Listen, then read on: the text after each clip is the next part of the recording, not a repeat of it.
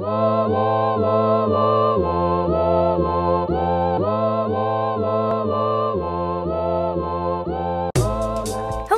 to Flash Forward. I'm Rose, and I'm your host. Flash Forward is a podcast about the future. Every episode, we take on a different possible or not so possible future scenario. We start with a trip to the future, and then we teleport back to now to talk with experts about how that future might really go down. Got it? Great. Let's start today in the year 2113.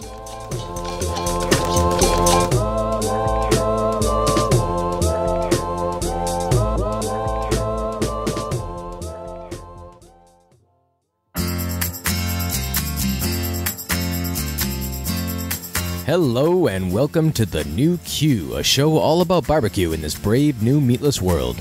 Today I'm going to show you the best way to make kebabs out of Cinna The Beef.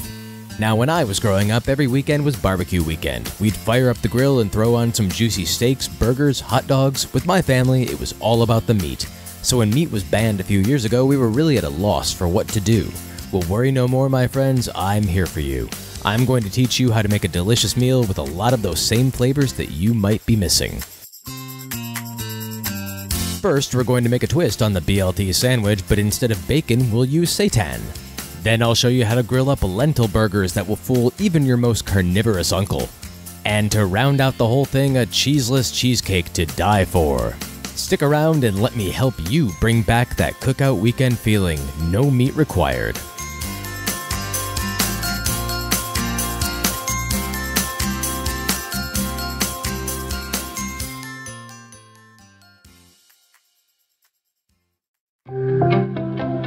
Craving that juicy steak flavor? Can't quite get your veggie burgers to satisfy your guests?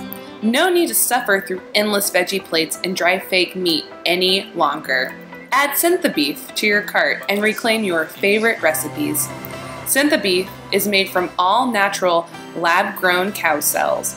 Our scientists have spent years perfecting the flavor and texture of our products, and in a blind taste test, even the pickiest meat eaters couldn't tell the difference. No yeast fillers, no artificial colors, just pure, juicy, ethical beef. Cinna The Beef, it's what's for dinner.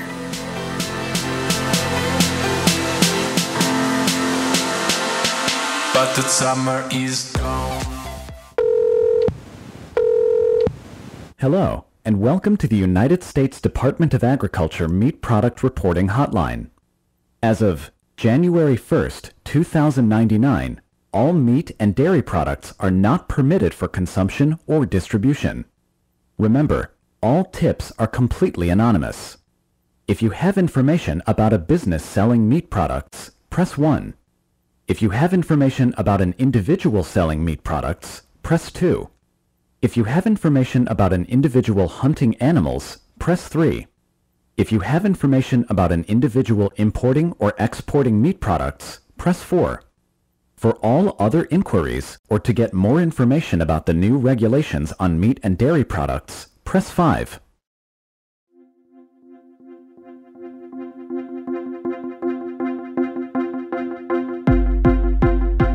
Not sure what to make for dinner?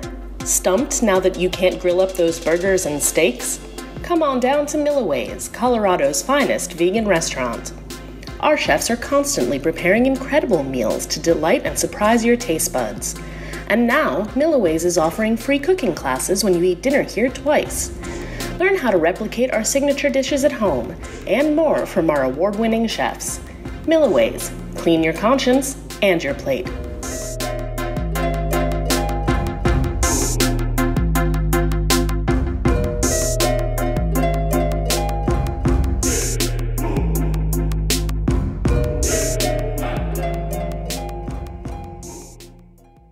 So in this future, meat is banned. No burgers, no hot dogs, no cattle, no pigs, no chickens, no lamb, nothing like that. This is a future that a lot of you have asked for, so here we go. So let's start with arguments in favor here, because there are lots of people who would like to see this happen. And we'll start with someone named Marta Zaraska. She's a journalist, and she's the author of a book called Meat Hooked, The History and Science of Our 2.5 Million Year Obsession with Meat. Marta and her daughter are both pescatarians, so they eat fish but not other meat, which can be a bit of an issue in their small town in France. I think many think I'm crazy. I mean, if you are in big cities, that's a different story. Of course, Paris is a different story. But I just moved from one small village to another small village, and my daughter is vegetarian as well.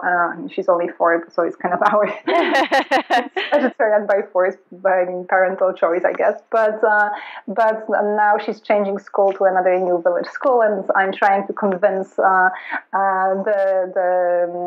school officials basically to provide her vegetarian meals, and she would be the first in the history of the village. In our previous village, she was also the first in the history of the village that she was eating vegetarian food in school cafeteria. And I'm up to this fight again, trying to convince that vegetarian diet is perfectly fine for children and that she should be getting it. So, but it's obviously a very, very difficult battle. Now, if you read the YouTube comments on videos about veganism, which I did, but I do not recommend, there appears to be a lot of controversy about whether humans are naturally carnivores, omnivores, or frugivores/vegetarians. Some people argue that eating meat is totally unnatural and that humans were made to eat plants and fruits. Others argue the opposite, that humans are made to survive on meat. Now, unlike some of the questions that we'll get to in a minute, this one is easy to answer. Humans are omnivores. Like chimpanzees, we are evolved to eat all sorts of foods: meat, vegetables, fruits, nuts, etc., etc., etc. So for our ancestors, let's say 2.5 million years ago, when they started eating meat, or 2 million years ago, or 1.5 million years ago, whatever, in a long time evolutionary past, meat was a very good source of nutrients, and this is because they didn't have much else to eat. The choice on African savannas back then, they were eating just few types of fruits, leaves, for example, grasses, things like that. So not very nutritious sources of foods the way we have nowadays. Nowadays we have unbelievable plenitude of different nutritious sources. And if our ancestors back then had other foods, it's very likely that they would have gone for it and eaten something else. But because they didn't have the choice, meat was a good food for them. It was very caloric, for example, which obviously was a great idea. So our ancestors definitely ate meat because meat is full of calories and stuff that our bodies can do important things with, and because for them, finding enough calories at all was a regular issue. Okay, so our ancestors ate meat, humans can eat meat, but humans don't have to eat meat. We don't actually need meat to survive. And this thing that you often hear about how people have to eat meat because they need protein and they'll die without it, that's not really true. I mean, humans do need protein, but they don't actually need it in the form of meat.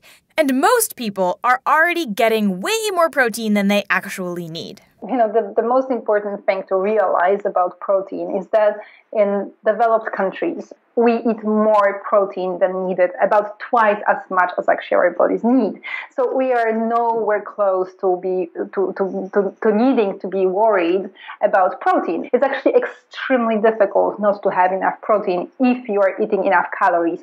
So basically, people who have not enough protein, they are basically starving. They don't have enough food in general because almost everything has protein in it. So in Western world, only people, for example, who have anorexia or who are very sick, for example, with HIV, these people can have problem with protein, but that's because of general nutritional problems, but not your average American or European. So if we did wind up in a future where meat was banned, people would be nutritionally just fine. They would have to learn how to make new things and eat new things, but a meatless diet is totally fine and healthy. This future is not one in which we all die of starvation or malnutrition. Now that we've gotten that out of the way, let's talk about the two main arguments in favor of this future: ethics and sustainability. Now, the sustainability argument is a little bit more clear-cut, so let's start there. Industrial meat production is not great for the planet. Okay, so let's talk about some numbers here. And I will preface this by saying that finding statistics from unbiased sources on this topic is really hard. So I tried to pick sources that were either peer-reviewed or unconnected with either animal rights groups or animal agriculture groups, but it's pretty hard to find data from unaffiliated people. So if you have any questions about any of these stats, you can go to flashforwardpod.com and I'll put a list of citations there. Okay, disclaimer out of the way. In 2014, the entire world produced 315.3 million tons of meat. That's cows, pigs, chicken, and sheep. And those animals consumed 1.3 billion tons of grain. Livestock production uses about a third of the world's fresh water every year and contributes between 14 and 18% of global greenhouse gas emissions, depending on whose numbers you trust. Now, 14 to 18% might not seem like that much, but it actually is. That's about the same amount of greenhouse gas emissions that comes from the transportation sector every year. And a recent study in Science suggested that increases in livestock farming go hand in hand with decreases in biodiversity. Livestock, both the actual animals and the plants that we grow to feed them, also take up a huge amount of land. According to the UN, 26% of the land on this planet is used for livestock in some way. Now, if we eliminated meat, we wouldn't just suddenly recoup all of that land and suddenly stop emitting any greenhouse gases. We would obviously have to replace meat with something else, like soy or vegetables for us to eat, which also, of course, takes land and water to make.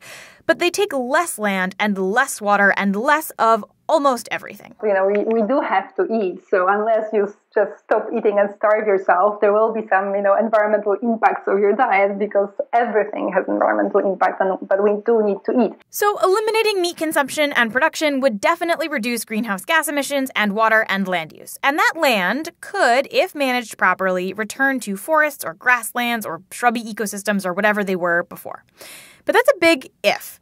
A lot of the land used to graze animals and grow food is actually really dry and might not be able to recover, and managing the regrowth of millions of acres of land is not easy.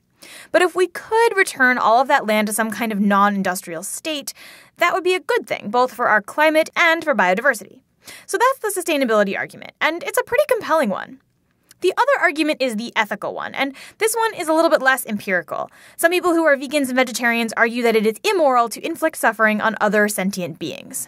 Last week, I asked for listeners to tell me what they thought about being forced to give up meat, and we'll get to the rest of the answers you sent in soon, but here is what one listener, Mike, said. Hey, Rose. So I think that if meat were illegal, that wouldn't bother me at all, because I'm a vegetarian. But I think a lot of people think that, when you're a vegetarian, your choice not to eat meat is just a choice the way, someone's choice not to eat carrots is just a choice. It's just like a dietary preference. But a lot of people I know who are vegetarians, myself included, think that the reason not to eat meat is that there's something wrong with it in the way there's something wrong with, torturing a dog. So it's kind of strange for me that it's legal to, produce meat in a way that, causes a lot of animal suffering, but illegal to, torture a dog or cat for fun. That seems weird. So, yeah, that's what I think of it. All right. See ya. Well, it is funny because my wife wrote me a note while I was talking, veganism, not a diet, to remind me to keep saying that because what you're talking about, the people that eat vegan for sustainability reasons, they eat a vegan diet. Whereas me personally, I'm different because I live a vegan lifestyle. Living as a vegan is an ethical choice. And it's an all-encompassing philosophy of animal rights and animal liberation. And so for those of us who, we believe in one struggle, one fight, that, justice is not something that's just for humans. That's David Agranoff, and he's a vegan and an activist and the author of a book called The Vegan Revolution with Zombies. Well, The Vegan Revolution with Zombies looks at a potential future where a product is created, a drug is created that is used to create what the industry calls stress-free meat. And the idea was that this additive to the meat, dairy, and eggs would basically numb the animal's sense of pain and suffering, and so the idea was that consumers could then eat meat without feeling any guilt.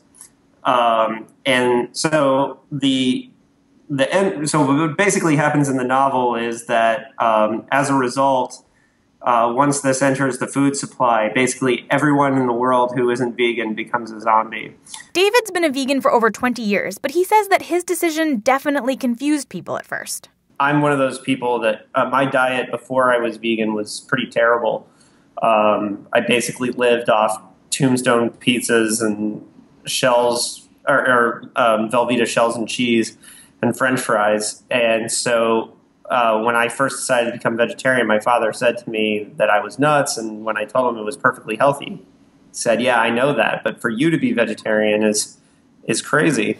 But for him, he just can't defend any animal products of any kind. You know, we can end this horrendous slavery of animals that turn them into bio machines, basically just producing protein. You know, that they live their lives in misery and suffering just to create protein in the most inefficient way possible. So let's envision a future where we don't have to do that. So David and Marta are on team no more meat, and they have made some compelling arguments. But if you are a meat eater listening to this, I think I probably know what you're thinking, and that is, no, I will not be giving up my meat. Thank you very much. And in fact, I asked for listeners to send me their thoughts on giving up meat, and here is what you said. Hi, Rose. This is Anne. I guess my first question would be to ask whoever tried to mandate me to not eat meat. My first question would be what the reason was, and if it was a good reason, you know, I might consider it. But if they had no reason, I would, if it was just some rule, I would just sneak and do it anyway. I don't think I would lead a big protest. I don't think I would, organize anything. But I just would just keep doing it. I would figure that they couldn't catch me. I would not stop it if it was mandated by the government. I don't believe the government has the right to tell us what to eat and what not to eat.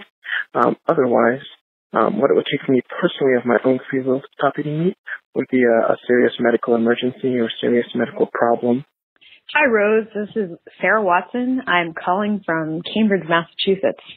My issue if we stopped eating meat would be lack of variety and lack of kind of umami flavors. So much of even the quality of a chicken stock or, a mapo tofu dish in China is the extra oomph that the pork gives to the tofu. And so I'm all about eating small amounts of meat and being careful about when I eat meat, but it has its time and its place, especially when it comes to flavor. I'm Chinese Canadian. So my cultural background is Chinese, and a big part of our heritage revolves around food, just like an Italian family, or it's just like, we revolve our life around food. I just got married, and the typical wedding banquet has 12 courses, and at least 8 of them are fully meat dishes. So if someone mandated me to eat meat, I would just feel like it was a bit of a cultural affrontage that you're asking me to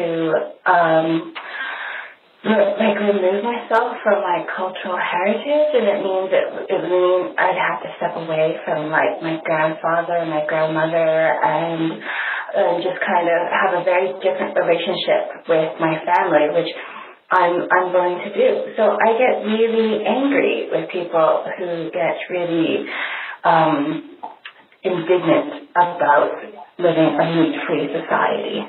You, my dear listeners, are far more measured and polite than many. I recently read the comments on some YouTube videos, like I mentioned before, and let me tell you, they are intense. On both sides, actually. Everybody is calling everybody else evil and stupid and all of these names that I will not say on this podcast.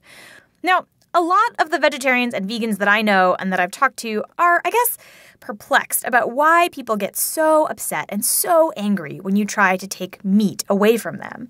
Which is relevant to today's episode because if you actually did try to ban meat to force everybody in the United States or even in the world to give up meat, there would probably be a pretty strong reaction. Oh, I think there'd be anarchy, first of all. I do. I think you would have anarchy because you'd have a lot of disgruntled people. You'd have a lot of dissatisfied people. And while over time they might get used to it, then again they might not. And the trauma that they may experience between the time that they did without and the time that they got adjusted to it You have to ask, are you hoping that people will thrive, or are you just really trying to make people's lives miserable? This is Saiki Williams Forsen, and she's a professor of American Studies at the University of Maryland and the author of a book called Building Houses Out of Chicken Legs: Black Women, Food, and Power.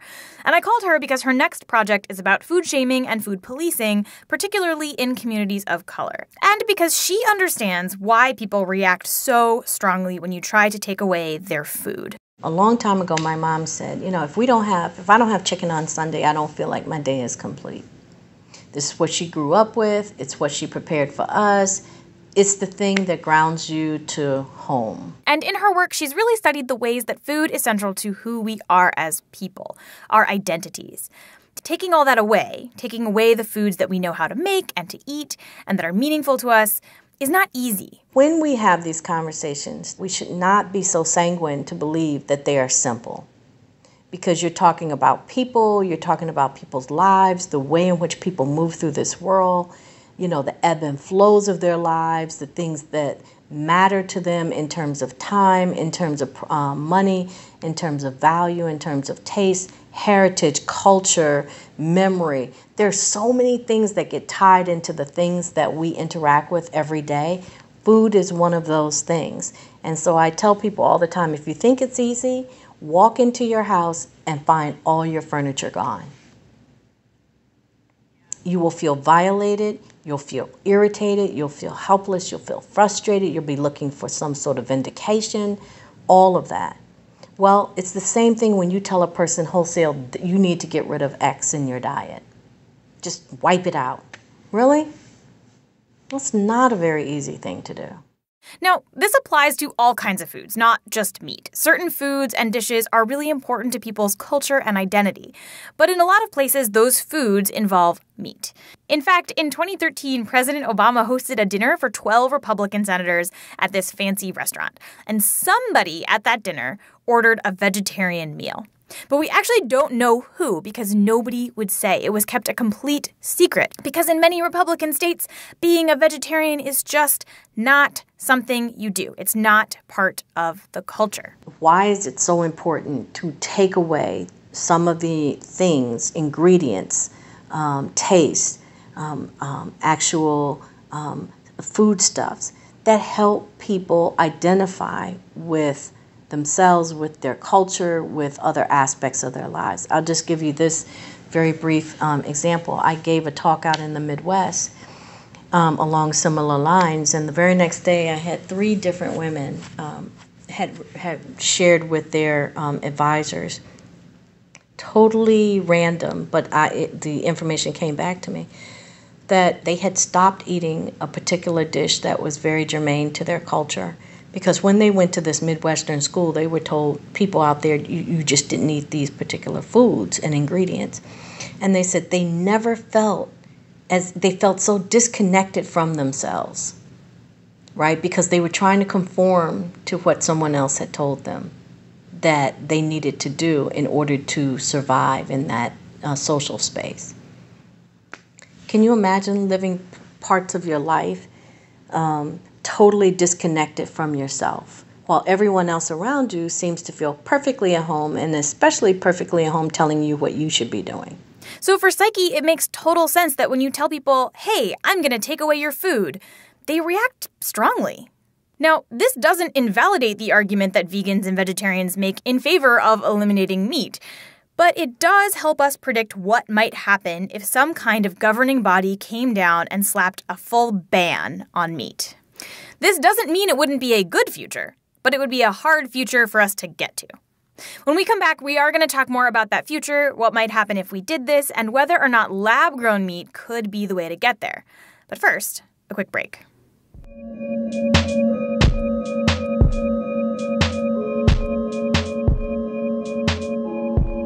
So I want to tell you about another podcast that you might like called Inquiring Minds. Every week, Inquiring Minds brings you a new, in-depth exploration of the places where science, politics, and society collide. The show is hosted by neuroscientist and musician Indre Viscontis and science educator Kishore Hari, and they're constantly bringing on really interesting people. If you like Flash Forward, which I would guess that you do because you're listening, Check out a recent episode where they talked to one of my favorite writers, Mary Roach, about her recent book, Grunt, which is all about the science of war. And she talks about the science of the way that war impacts people, which is something that we've kind of touched on this show too. You can listen to Inquiring Minds on any podcasting app or go to motherjones.com/inquiringminds for more information. Check it out.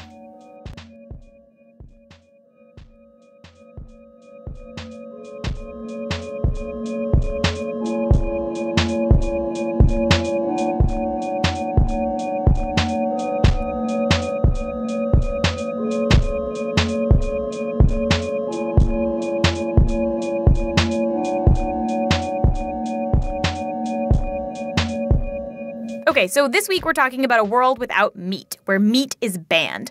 And if you're not a vegetarian, your question might be, well, what am I going to eat? Marta and David have the same answer. Plants, mostly, and fruits and other things. But let's say that you're a die-hard meat eater, and that is just not good enough. There might still be something for you. Lab-grown meat. Meat made in laboratories. Now, the idea of meat grown in a lab is not new. Tons of science fiction has been made that involves some kind of meat replicator or growing system. Winston Churchill actually wrote in an essay in 1931 that in 50 years, quote, "we shall escape the absurdity of growing a whole chicken in order to eat the breast or wing, by growing these parts separately under a suitable medium." It's taken a bit more than 50 years, but this kind of thing is now really on the horizon. And here is someone who does it. I work on celiac agriculture. So celiac agriculture is the production of animal products from cell cultures rather than directly from animals. This is Abby Aspen Glencross. Now, as you can hear, Abby's tape is really hard to understand, so I'm just going to kind of summarize what she told me, and you'll just have to trust me that this is what she said. Basically, what Abby does is try to grow meat in a lab using cell cultures, and Abby specifically is working on steak rather than ground beef or meat products that have less structure. And it turns out that steak, as opposed to ground beef, is a lot harder. So in 2013, researchers unveiled the first lab-grown burger for a live taste test. There were some, wrinkles, though. They did succeed in making the burger, but it cost $330,000 to produce just one. And apparently, it didn't taste great. It was too lean. The scientists hadn't cultured any fat tissues to go into the burger, so it was just pure muscle, which no actual burger is ever made from. And right now, the challenge is not just how to make it taste like meat, but actually how to make it feel like meat, especially when it comes to things like steak. So right now, it's really hard to grow anything thicker than 1/2 millimeter in the lab, which obviously is not thick enough to be called a steak. And the reason it's so hard is because in the body, there's all this complicated and super tiny biological machinery that does stuff like deliver oxygen and nutrients and carry away waste from the muscle as it works, which is what you're eating, right? You're eating muscle that has been worked on an animal. Now, biological bodies, are really good at this, but it turns out that it's really hard to replicate that in the lab. So far, once you get thicker than about 1/2 millimeter, the structures that humans can build in the lab don't really do a great job of getting oxygen and other things to and from the center of the meat. So what Abby does is work in a lab trying to figure out how to do that. And she's not the only one. This might be kind of gross, but the problems that Abby is facing in the lab are actually the same problems that people who tried to grow skin and organs for injured humans are trying to figure out. So labs that are working on growing human tissue for organ transplants or skin for burn victims are pretty much doing the same thing that Abby is. Just the end use of the thing is different. One you give to a human to use in their body and maybe save their life, and the other one you eat. Now, there is still a lot that needs to be done with lab meat for it to be both convincing and scalable. But if your goal is to reduce the environmental impact of meat, then this stuff could be a good investment. According to one study, cultured meat has 78 to 96% lower greenhouse gas emissions, 99% lower land use, and 82 to 96% lower water use than conventional meat. Of course, the lab meat does require energy, and some studies say that growing meat in a lab might actually take more energy than growing beef, since the lab equipment and structure is big and energy intensive. But since lab meat hasn't really been scaled up yet, it's hard to say what the actual environmental impacts might be. And there's actually some disagreement from the vegan community about whether lab meat is vegan. Some of this work relies on something called fetal bovine serum, which is extracted from unborn calves, which makes it an animal product and thus not vegan. But other people are trying to work on replacing the cow stem cells with something like algae or bacteria. Either way, David says he wouldn't eat it. For me personally, I would never eat lab-grown meat. And I wish that people would put energy into finding plant-based foods because I think that's a better thing. However, for these people who say they could never not eat meat, I think lab-grown meat is obviously a better alternative than to kill actual living animals. It's a lot of effort when you can go to Whole Foods and buy seitan, And Abby says that's fine. She is not trying to convert everybody to lab-grown meat. In fact, Abby herself isn't a vegetarian or a vegan, and she was very careful to say that she has no ill will towards farmers. I would say that our future is probably one that involves lab meat, whether vegans like it or not. Now, when I was writing the script for this episode, I just sort of felt like something was missing. I talked to vegetarians and vegans, I talked to food studies people, I talked to lab meat people, but I hadn't actually talked to anybody who worked on a farm, like the place where meat and dairy actually comes from. So I called up someone that I know who grew up on a farm and who actually still lives on her farm, even though she's retired and doesn't have animals anymore. Hello. Hi, Grandma. It's Rose. Oh, hi, Rose. How are you, honey? I'm good. How are you? Oh, good. Well, I'm good. We just had it's still going on, but it's going the other way. We just had a fire in the area. So Grandpa and I packed up, it was 3 o'clock in the morning on Saturday because I kept watching it and I thought, it's getting too close. And stayed in a Fairfield Inn for a couple of days. So this is my grandma. Her name is Doris, and she grew up on a dairy farm, and then she kept sheep for wool and meat when I was a kid. And I just wondered what she thought about the idea of lab-grown meat. You know how I do this podcast? I was telling you last time I was there, I do this podcast about the future. Yeah, But yeah, I'm doing an episode about farming, the future of farming, and I actually was wondering if I could ask you a couple of questions. And she had actually never heard of it before. Have you ever heard about people that grow meat in laboratories, it's like lab-grown meat? Have you seen that on the news or anything? No, I haven't heard that term. Yeah, so I guess they're growing it in a laboratory. Is it meat? Well, it depends on who you ask. I think I had one yesterday at Denny's in my patty melt because it was really strange and tasted terrible. So I don't know. We didn't say anything. The waitress was nice. We didn't create a scene. But it was like, what is this? But it actually turns out that my grandma had a lot of good questions about this future. The first one being, what happens to all of the pastures that these animals use? The first thing I would think of, for instance, because we have these wildfires around here, part of the way of keeping the grass down is we've got these cattle ranchers that, move their cattle around and eat up the grass and cut down on the fire danger. So I think that would be, but that's, I guess they couldn't use goats either. She's also got some questions about our pets, dogs and cats. What do we feed them?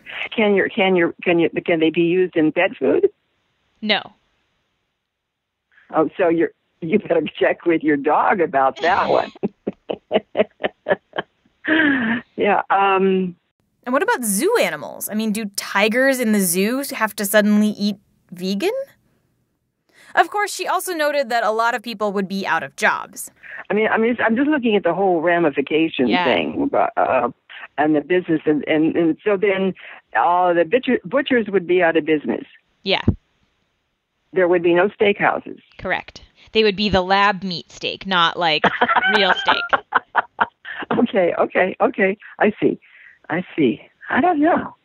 There'd be a lot of people out of business, but then I guess they'd have to work for the people who made the lab meat. Yeah. I don't know. And that it would be really hard to enforce this kind of thing. Well, no, because what about the confirmed hunters? How about the guys that fish? Yeah, nope, not allowed. They can't even go. Can they throw them back? Yeah, sure. I guess they could throw them back. most of them throw them back anyway. They just go out and catch fish and throw them back. But I don't know how you could enforce that rule. So a future without meat is probably one that involves shifting labor markets, a decrease in greenhouse gas emissions and water use, an increase in veggies, and a whole lot of angry, sad people. It's also not the future we're headed towards. While some countries are cutting their meat consumption, globally the demand for meat is increasing. But David hopes that trend doesn't hold up. Star Trek is pretty much a vegan future, beyond the fact that Vulcans as a species are definitely vegan. And I'm not even kidding. There are several instances where Spock mentions being vegetarian. And there was even a scene in Star Trek VI, The Undiscovered Country, when the crew was sitting down to eat a meal with the Klingons. And if you watch very closely, Leonard Nimoy does not pick up his utensils at all because the prop people put meat on his plate in front of him, and he knew that Spock would never eat that food. Because as far back as the 60s, it was mentioned that Spock was vegetarian. Now, but here's the thing. I know I'm totally geeking out on Star Trek here. This is the correct venue for that, so don't worry about it. The future in Star Trek is a vegan future. Think about it. How do they eat food on the Enterprise? It's replicators.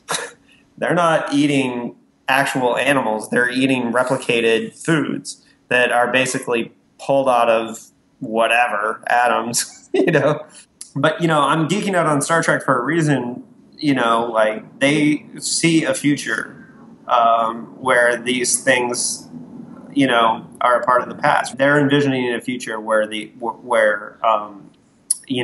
factory farms are a thing of the past. And I think we need to shoot for that. And my grandma thinks it's all very complicated. Yeah, but it just stretches out into all kinds of stuff. Indeed.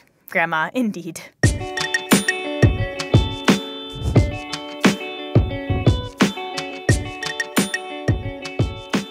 Flash Forward is produced by me, Rose Eveleth, and is part of the Boing Boing podcast family. The intro music is by Asura, and the outro music is by Broke for Free. Special thanks this week to Carolyn Cinders, Jess Zimmerman, Kevin Wojtasek, and John Olier. The break music is by Black Ant, and the episode art is by Matt Lubchansky. If you want to suggest a future we should take on, send us a note on Twitter, Facebook, Reddit, Tumblr, Instagram, all of that stuff. We're on all the things. Or you can just send us an email at info@flashforwardpod.com. We love hearing your ideas. And if you think you've spotted one of the little references that I've hidden in this episode, email us there too. If you're right, I'll send you something cool. And if you want to support the show, there are a few ways you can do that. We have a Patreon page where you can donate, but if that's not in the cards, you can head to iTunes and leave us a nice review, or just tell your friends about us. That actually does help. I know I say this every time, but it really actually does. Okay, that's all for this future. Come back next week and we'll travel to a new one.